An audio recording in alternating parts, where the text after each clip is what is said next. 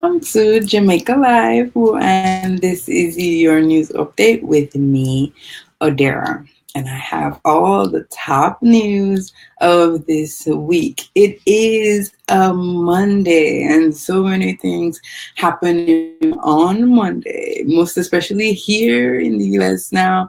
DC was spun out of control this morning when the special counsel into the Russian interference investigation, Robert Mueller filed his first charges this morning against former Trump campaign manager Paul Manafort and his associate Rick Gates, who also consulted on the Trump campaign. Now, the charges are for money laundering and conspiracy and not anything directly related to the Trump campaign. However, in the unsealed court documents that they released, one man who was advisor during the campaign, that is George Papadopoulos, he did plead guilty for lying to the FBI about certain questioning. Now, those court documents also reveal that it does say Papadopoulos did reveal that he was told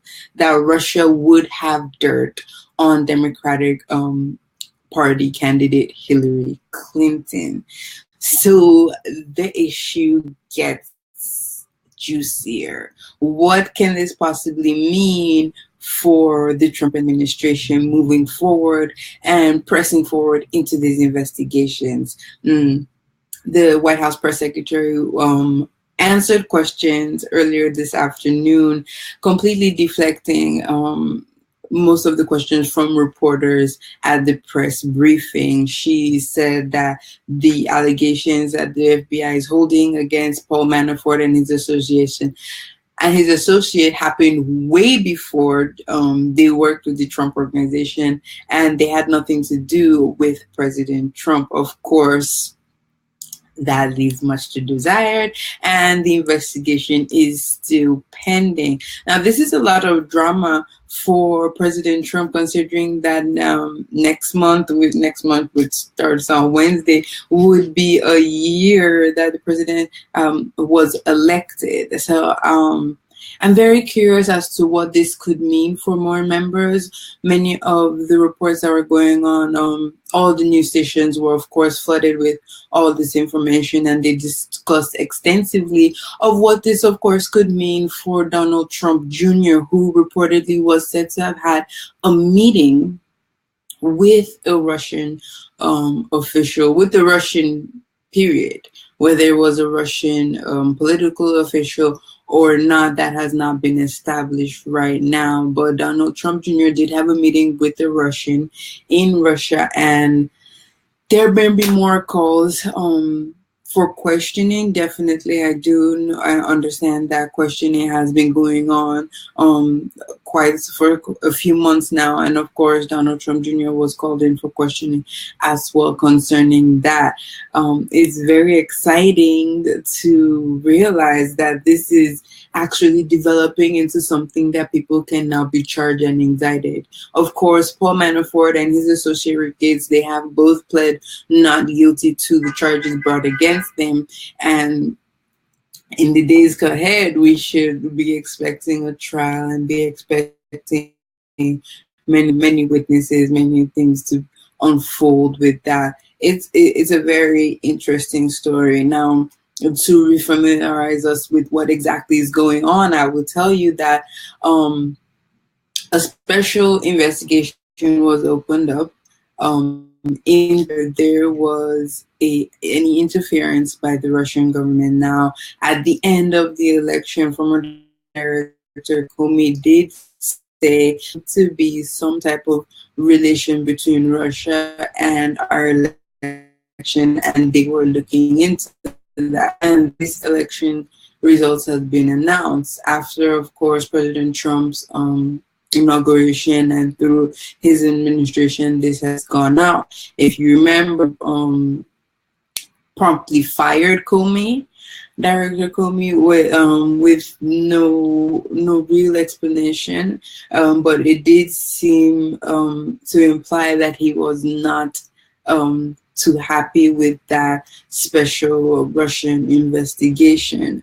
Of course, a new counsel was appointed to investigate into that, and that is Robert Mueller, who has been doing his work diligently, with all due diligence, and taking his time very well to go through this. The funny thing that I heard on TV, they said that when chasing after big cases like this, the trick is always to follow the money, which is why the first charges we are hearing are for money laundering, meaning more money than we can even imagine has been passing hands. And it's very interesting how close in connection this is to President Trump. Now, as I said, the press secretary said it has nothing to do with President Trump.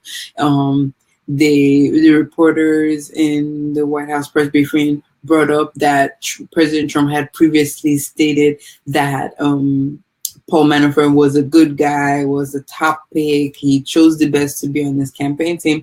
And many of them brought that out into question, whether President Trump still feels that way now that this man has been indicted. And of course, the press secretary is pretty good at deflecting the questions and making it seem like they're non-topics. Of course, she did start the press briefing by talking about the tax cuts that they are in, that they're in the process of amending, and she gave a very funny story about how taxes currently work, which, in my opinion, did not particularly make any sense about taxes work, but you know, what can we say? It's what she offered up on the table. And that's what's shaking America this Monday, this wonderful Monday day. And it's very interesting. It's very interesting to wait and see how this would proceed, how Special Counsel Mueller would proceed with these investigations and these trials, and how President Trump can be tied into this, and what would happen. I'm very curious as to know what would happen should President Trump or any of his personal family members should be called into question about this situation. It would be an interesting turn of events. I don't think I has seen anything like this since, of course, the Clinton scandal and probably Nixon Gate. It's an interesting topic, and there are so many lines that I have, because as still all allegations, innocent until proven guilty, of course, and there are just charges and indictments until it is proven that they have actually committed crimes. No one can really say for sure the state of things. Moving on. Now, in Jamaica, today are the by-elections in Southeast St. Mary, and Jamaica Labour Party's Dr. Norman Dunn, and of course the controversial People's National Party candidate Dr. Shane Alexis are set to face off. But depending on the results, it could lead a legal battle over Dr. Shane Alexis's immigration status. Now, background on Dr. Shane Alexis: he was originally born in Canada, and as a small child he moved back to Jamaica, and since then he grew up. He went to school there, got a scholarship to Cuba where he finished his medical degree, and he came back and has done so many things in the medical field. In Jamaica, he even was the president of a particular medical association. So it begs the question if at this point he is legally, if he's legally qualified to have a seat in Parliament without holding a Jamaican passport. Now, the Minister of Justice, Delroy Chuck, made it clear that a non-Jamaican would not sit in Parliament Parliament under his watch, saying that he would do everything within his legal power to prevent this from going forward. Now, PNP party Senator KD Knight threw his support behind Dr. Shane Alexis, offering to handle the court case himself should it come to that. Now, the Constitution allows the Commonwealth countries, members, citizens of Commonwealth countries living in Jamaica after a year to sit in Parliament. Now, the question is, should this be allowed?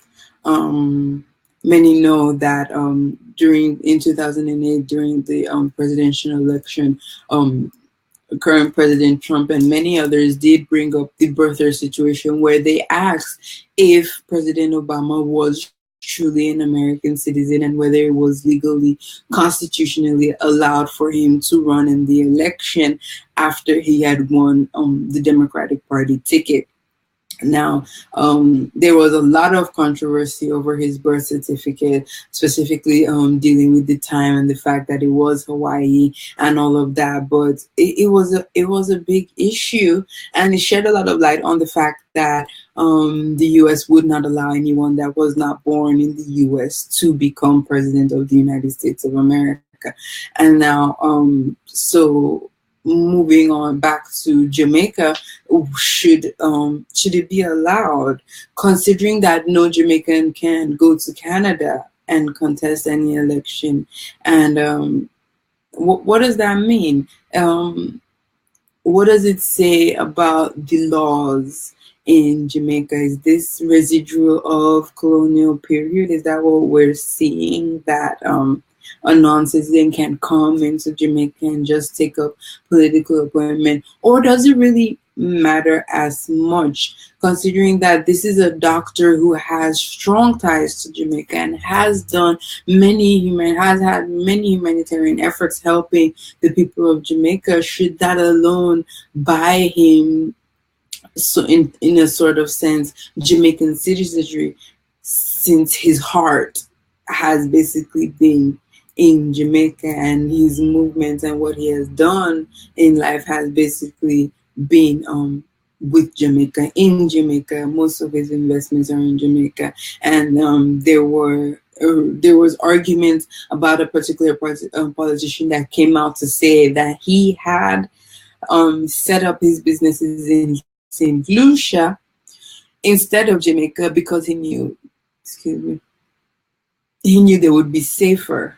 And many called it like a hypocrisy to say that this man that has lived his life, so much of his life in Jamaica and has invested so much into Jamaica, to say that he should not be allowed to run this, to sit in Parliament, that it is quite a disservice to him, considering how much good he has done for the people of Jamaica. So my question would be, are there legal standings on this, or is it a morality issue? Is it a fairness of the issue? Where else in the world can you travel to as a person not born there and manage to run an election and possibly even win? And it also reminds me of this settler indigene argument that they have in Nigeria. Now, I'm a native Nigerian, for those of you that don't know, and there's always been, in politics, there has always been this indigent settler argument that, so I'll give an example. In a cosmopolitan state like Lagos, which is very popular, many people come from all across Nigeria and they live there for years, and they have lived there. Many generations have their family homes in Lagos, and Lagos is like New York City. It's a big place. Many people from all over Nigeria come. They have roots there. They have businesses there. It's a place where you can be who you want to be, and of course, the most economically driven state of all of them in Nigeria. So those that intend to make it start from Lagos, and eventually their whole family, their whole lineage ends up staying in Lagos. Unfortunately, until recently, very few of those in politics, in high-level political office in Lagos State could not be people that were not originally from Lagos State. And many people have argued this, saying that their grandparents, their great-grandparents have lived in Lagos. They have businesses all over. So why would they not be allowed to run for office when they were born in Lagos, despite being from other parts of Nigeria? This is where they were born. They speak the language. They've been here years. And why are they not allowed to run for office? And of course, in many other states, it's the same deal. People that were born there, that's the only language they speak. That's the only thing they know. But simply because their original state of origin is not the state in which they live, they are not given the chance to run elections in that state.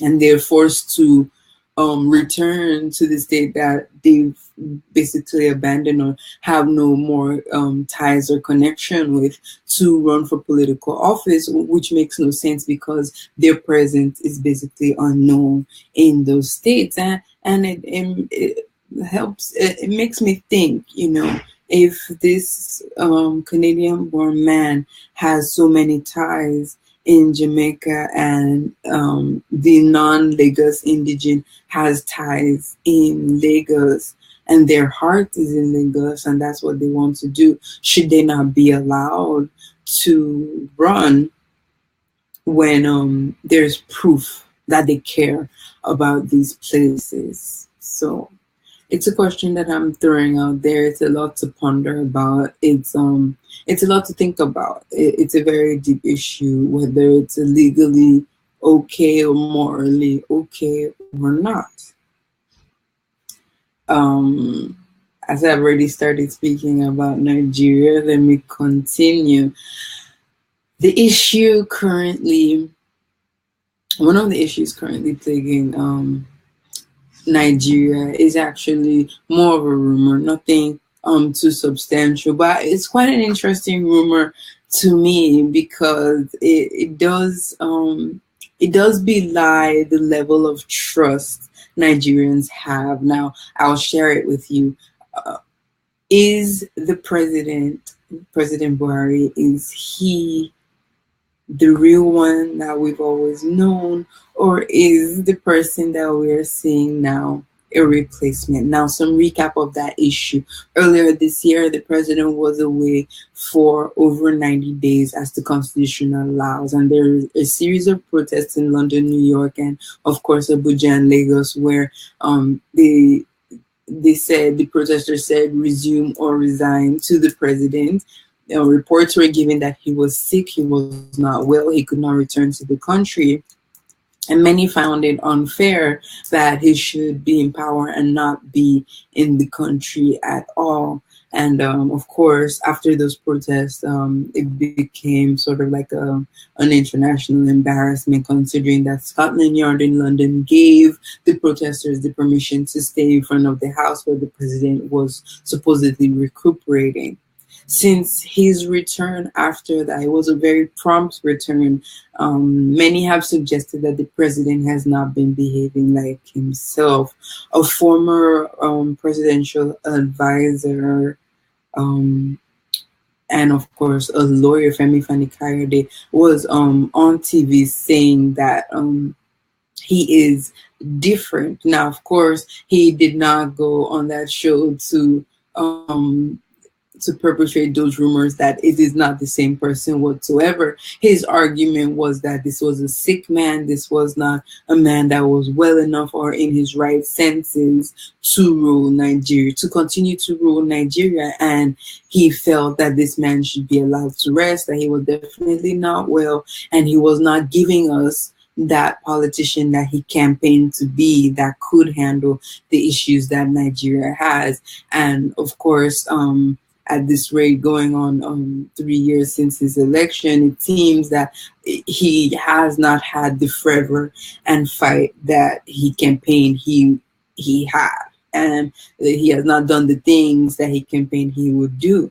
Now, many of these rumors bring up actual physical attributes that do not resemble the president before he traveled.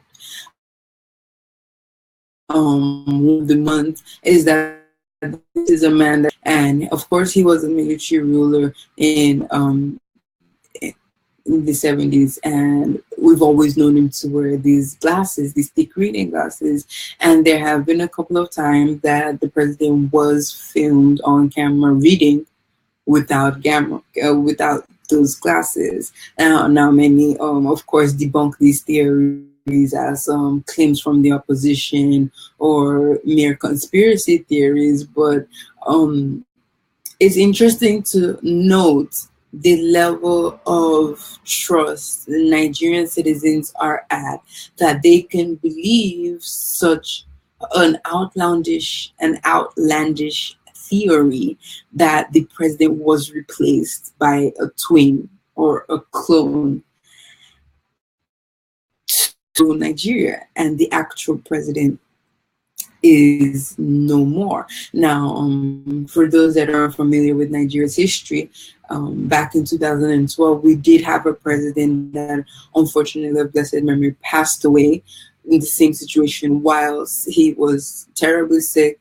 He traveled abroad for treatment, and they tried to hide it for almost the same number of months, and eventually it was brought to light that he had passed away. Now, reports back then had said that he had passed away far earlier than when they had announced that he did die, but and many believe that this was the same thing because of the extended time period that he had been away, and the Nigerian people had not heard anything from him. So it felt reminiscent of the past that we have lived through. Fortunately, the president did come back healthy, but many believe that it is false and he did not come back. And someone was trained to behave like him. They spent the time since he allegedly passed away to find someone who resembled him, train him to kind of sort of behave like President Buhari.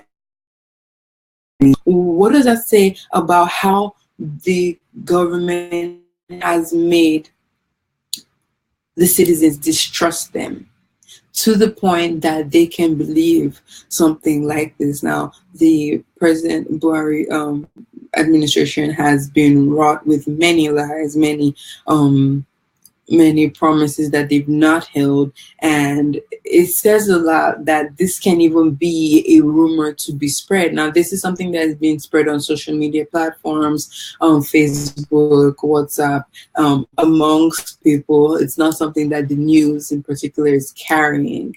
Of course, when those two prominent figures, a governor, said the same thing, but they did fashion it to seem like it was the ramblings of a madman. So it's not something in mainstream Nigerian media, but it is a topic that's floating in the air.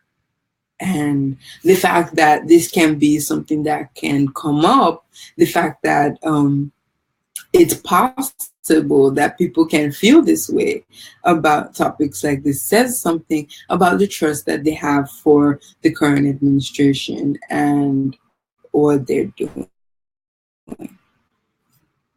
Now,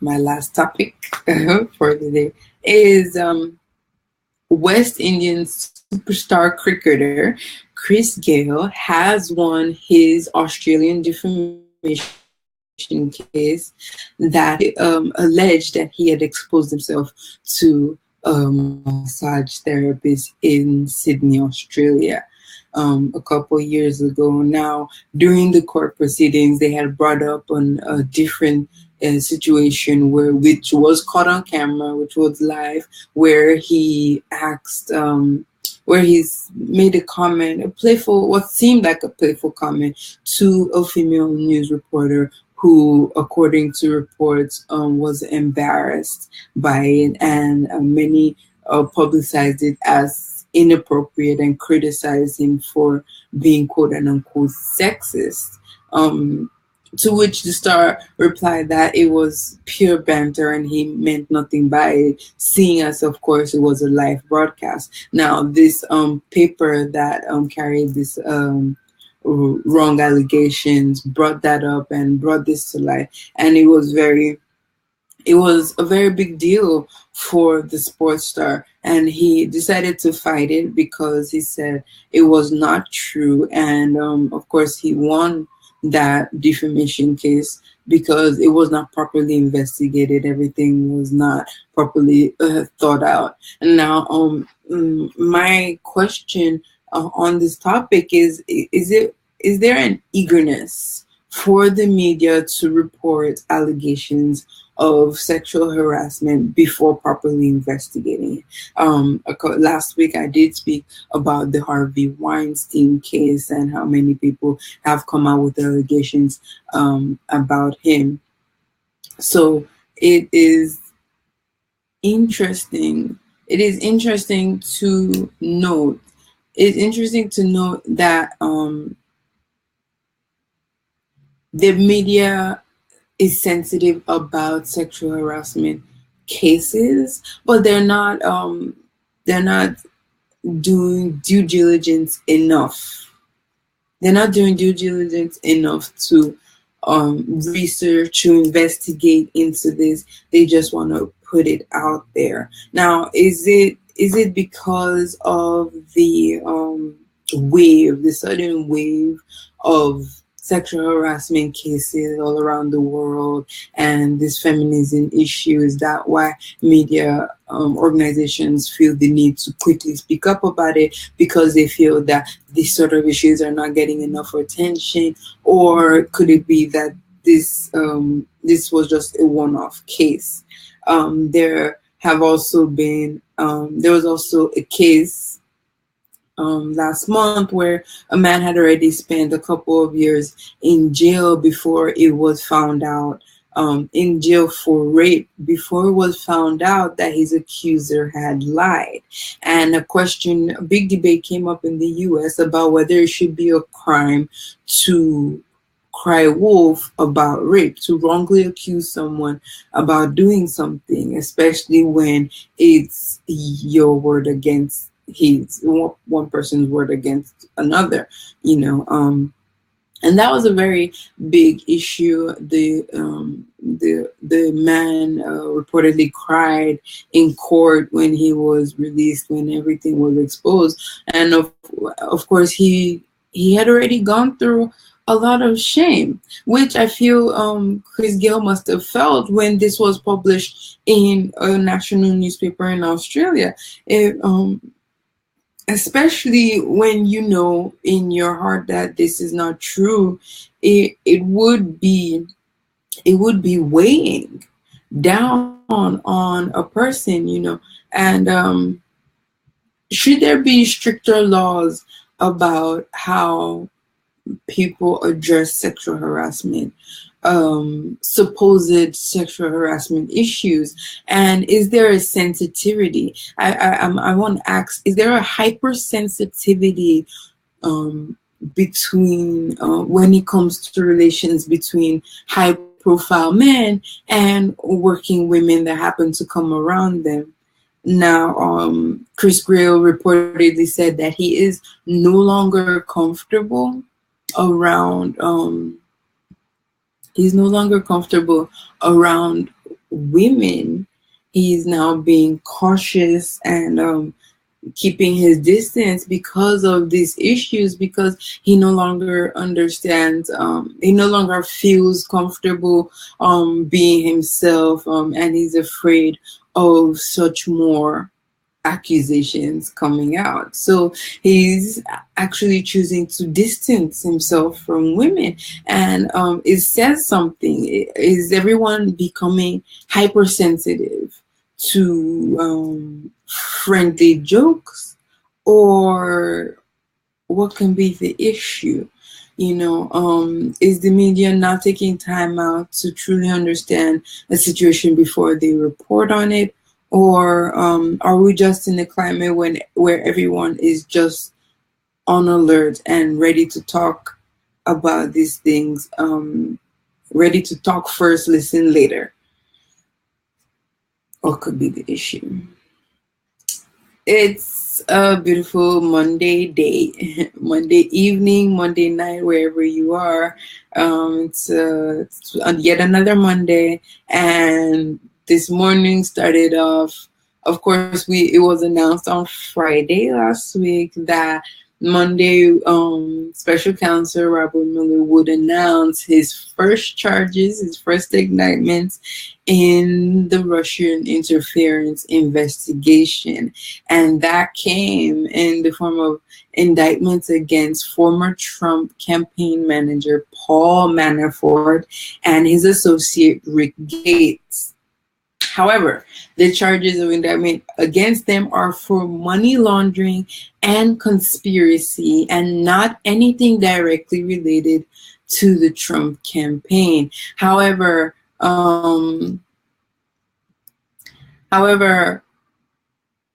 in the court documents that were unsealed, they have been previously sealed during the investigation. In these court documents that were unsealed, of course, as they became public record when it was brought into court, and Manafort and Gates were invited by the FBI.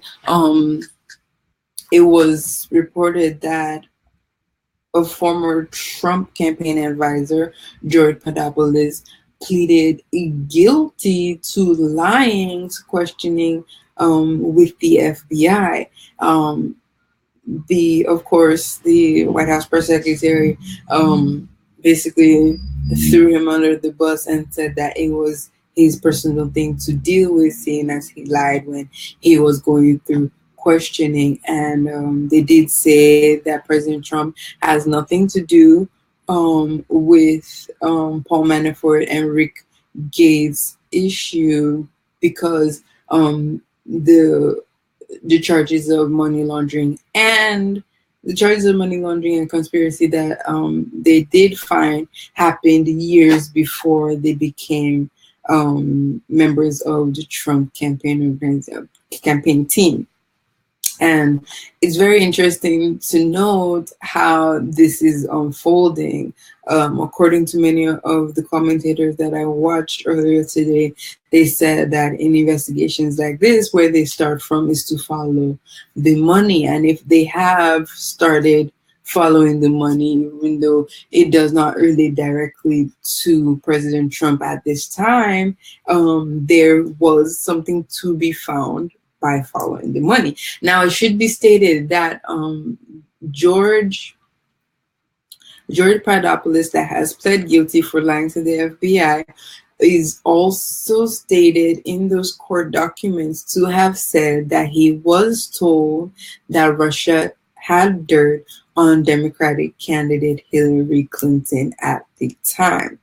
So somehow Trump campaign was linked to this, and somehow Russia was linked to this. There are emails that there are emails involved. There are emails in that court document. It's a large, about 31-page court document that has all the evidence prepared for the case, and there are emails that did encourage this George Papadopoulos to have meetings with a foreign contact, one who is presumed to be a Russian, and of course they referred to President Trump as DT. The specific line says, "Oh, we should encourage someone low level so as not to have anyone think DT is making these trips, meeting with the Russians."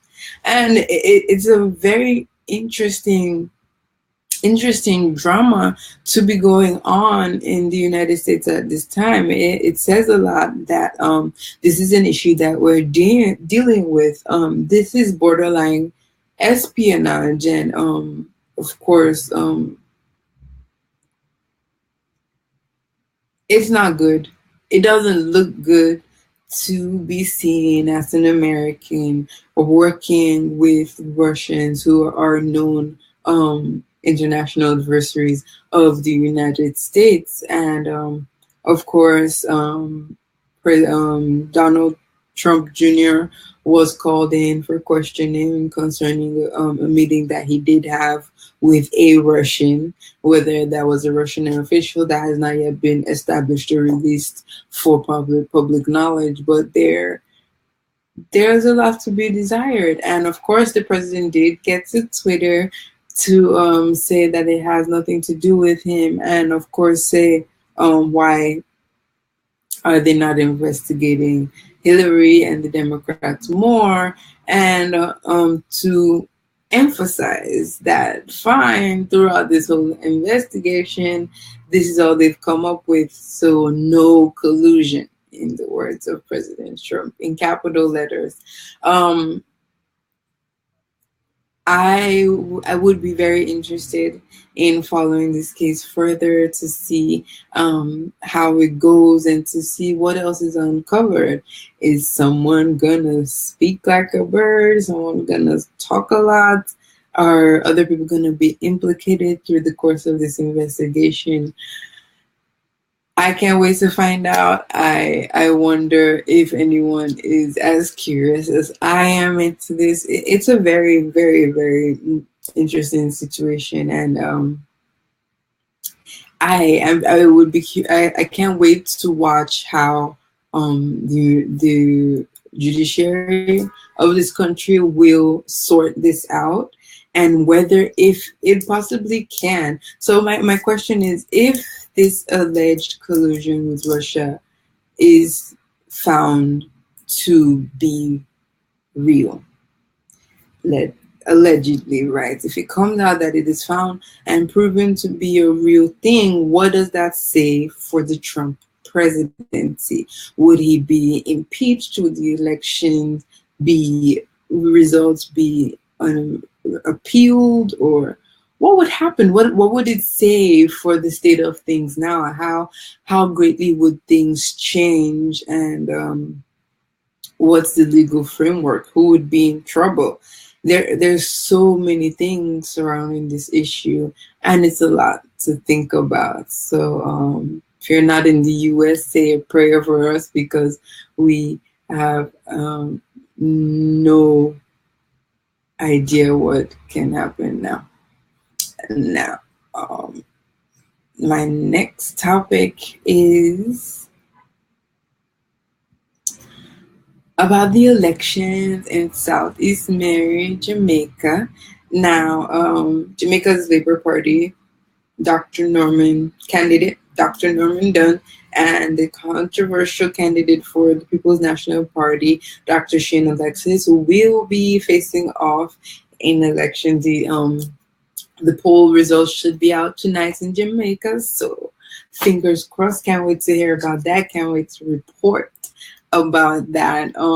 But there has been controversy over the issue, especially leading up to today's election, about Dr. Shane Alexis's immigration status. Now, for those that don't know, he was born in Canada, and as a little child was brought to Jamaica, where he grew up. Received his medical degree, of course, got a scholarship to Cuba, where he finished his medical degree, and came back to Jamaica to work in the medical field. He has served on the board of many medical associations in Jamaica and done a lot of work as a doctor in Jamaica. Now, questions and the controversy has been coming up. If he's allowed to run for parliament, to have a seat in parliament without holding a Jamaican passport, the PNP says that he has filed for Jamaican citizenship. He's in the process of receiving that. He is in the process of filing to receive that. But the election is today.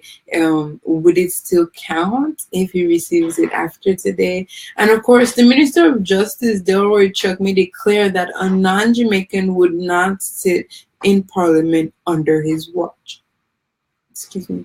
And it leaves a lot to question, considering PNP party Senator KD Knight threw his support behind Dr. Alexis, saying that should it come to a court case, he would handle it himself. Now, the Constitution says that the Constitution allows for citizens of Commonwealth countries living in Jamaica at least a year to sit in Parliament. But is that the reason why they should allow this man? Now, it reminds me of the issue of this indigenous settler debate that goes on in Nigeria, of people that settle in home states different from their own. They're born there and live there 30, 40, 50 years, but are not allowed to contest in the local elections because, unfortunately, it is not their state of origin. This man, Dr. Shane Alexis, he seems to have done many things in the medical field for the Jamaican people. Should that give him now the right? Should his good nature, should his good deeds now buy him, in quote, that right to contest in the election? Now, many, of course, are opposed to it. They do feel that it is legally wrong, which is why there's a lot of stress looming over the by-elections today. But after today, we should, of course, know the fate of that.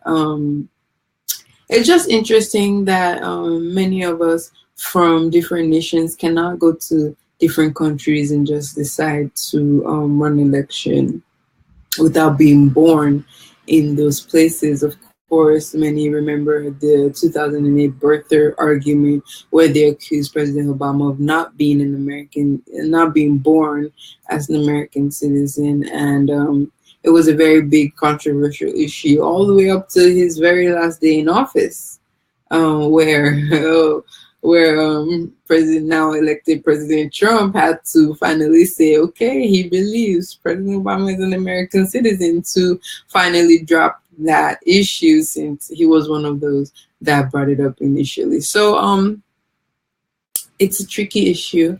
There are a lot of lines of legality and morality, and whether this man should be allowed to have a seat in Parliament, whether he deserves it or not.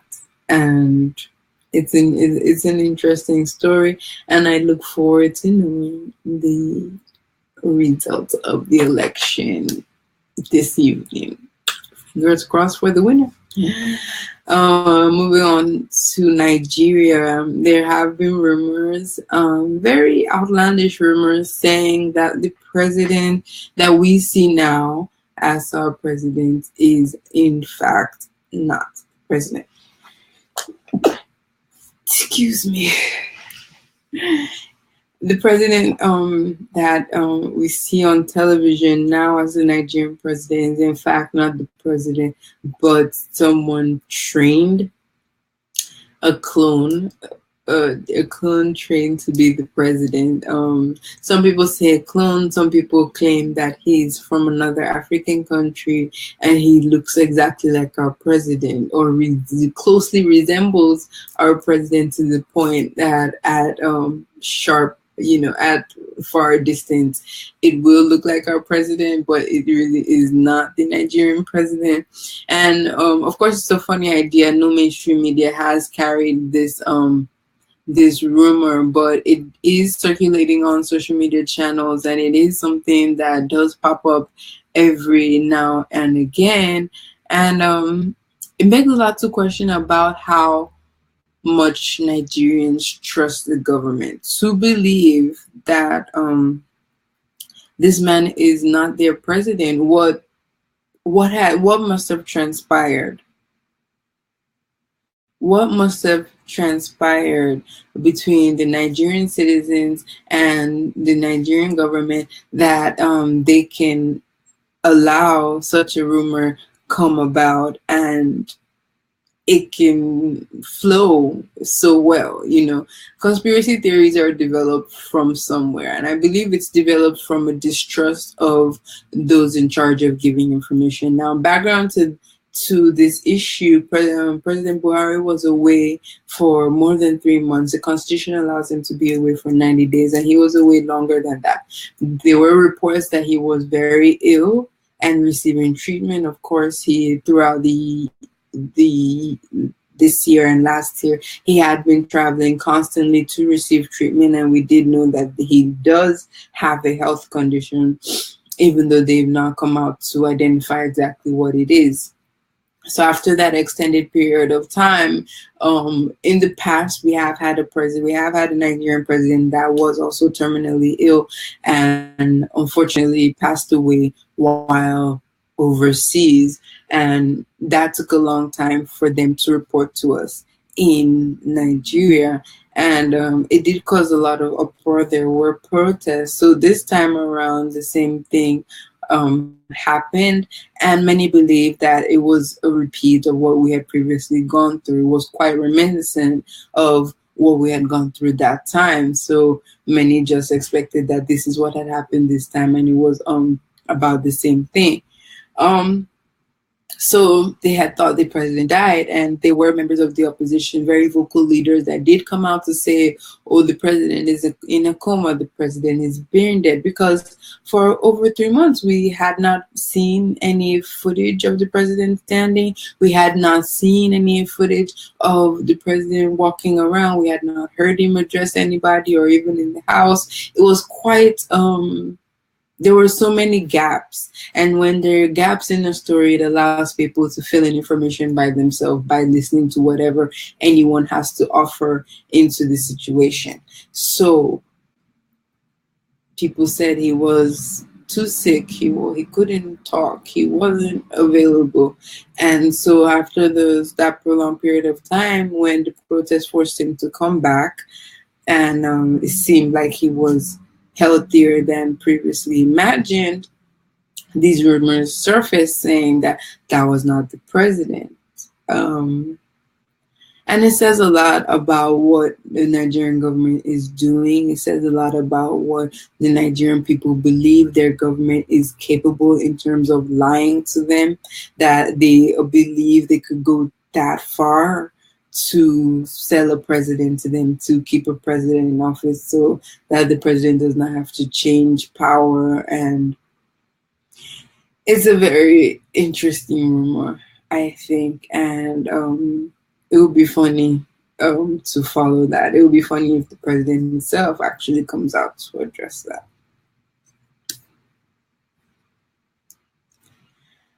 Of course, West Indian superstar cricketer Chris Gayle has won his Australian defamation case, which had published an article that wrongly accused him of exposing himself to a massage therapist. He had complained that they were trying to destroy him. It was uncomfortable, it was unfair, and it was unjust. And he did spend time in Australia fighting this case, which he has now officially won in court. And it says a lot that my question was, is there an eagerness for the media to report allegations of sexual harassment before properly investigating into it? Now, of course, there is a stigma and there is an issue behind women being reluctant to speak up about sexual harassment. But of course, there seems to now be a hypersensitivity of the media when it comes to anything that sort of resembles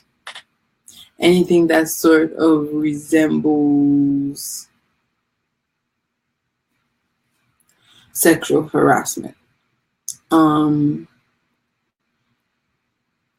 lost my thought there. Chris Gayle won his case, and it's just one of many that have probably had their image tarnished or possibly even destroyed based on baseless allegations that some paper or some organization carried without properly investigating. Now, the onus falls on these media organizations to do their due diligence as best as possible, because these high-profile men that are usually accused have a lot to lose. While in some instances, of course, if the person is proven to be a sexual harasser, that should definitely be publicized as much as possible, because it's information the public needs to know. But if it has not been verified, I don't believe people deserve to have their image tarnished like this. I don't believe they deserve to be bullied by the media in this way. And I don't believe that anyone should be allowed to go through such a process like this. It seems there's a hypersensitivity in the media and even amongst women about high-profile men and the power that we believe that they exude, or that they wield, that they're possibly taking advantage of even. And it says a lot about the current climate with the recent issues of sexual harassment going on all over the world. Now, there was a case a couple of months ago that did speak, that did relate to an issue of a man that had spent years in jail for rape, and he maintained the entire time that he did not do it. And a couple of years down the line, and this was the year that it came out that his accuser had actually lied. And then a debate ensued about whether those that falsely accuse others of rape should face criminal charges. Considering that it's always a he said, she said case, it's not very clear cut, and the law tends to always sympathize with women, especially in cases like this. When the numbers do come out about how prominent and how rampant these sexual harassment cases really are, the law tends to somehow favor the women and somehow see eye to eye with a woman that looks distraught and possibly cries. So should there be laws that should there be charges filed against those that wrongly accuse people of things, so that once investigation is done and it's found out that these things did not happen, and somebody's image is possibly tarnished, that person can face justice and get their own justice in different scenarios. Very happy for Chris Gayle. It's not easy to fight cases of defamation, and especially at the rank of superstardom that he is now, especially in the sports world. And he has mentioned to some media organizations, he has said in some interviews that he is now kind of nervous and keeping his distance from women because of this interaction. And it's something that we don't really know can happen, is that these men, when they go through these issues, they can also be traumatized. It seems society puts so much weight and strength on men. They fail to realize how much this sort of situation can traumatize a person that is not a sexual predator, that would not intend to harm any female, that would not intend to be inappropriate with anybody in public or abuse the position that they hold. And when issues like this come out, it can be quite traumatizing for themselves. So it says a lot that Chris Gayle has said that he is now nervous around women and he's trying to keep his distance. But it's also possibly better for him in the long run, because, with popularity, with fame and popularity comes a lot of those that want to accuse you of doing wrong things. There was, of course, this issue with Usher where a groupie said that Usher had given her herpes, and that was horrible. I personally have been a big Usher fan forever, and it was kind of painful to see his name dragged through the media like that, in that way, and then for it to eventually come out that it could be that this woman was lying. And there were court cases about it. These things went to the law, so people, number one, need to be very careful. They need to understand that it's a human being's life that you are toying with when you make an accusation.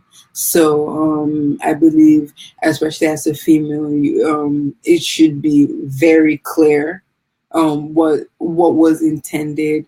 Of course, if it's a physical, if it's a physical thing, that leaves nothing to be desired. But when the lines are shaky, I believe that women should be very careful about what they're accusing, should, understand the situation. And the media organizations, when this comes out, should make sure that they do their investigation thoroughly to completely understand what the situation was and not report wrongly, so they don't have defamation suits against them. We shouldn't, as members of the media, we need to do our bit to make sure that we are not fake news. We do not want to continue having that reputation as being fake news. We want to have a reputation as being thorough in our fact checking and knowing that we're bringing to the people correct information, factual information. We need to be the gatekeepers of truth, and we need to be those that disseminate truth in the best way possible.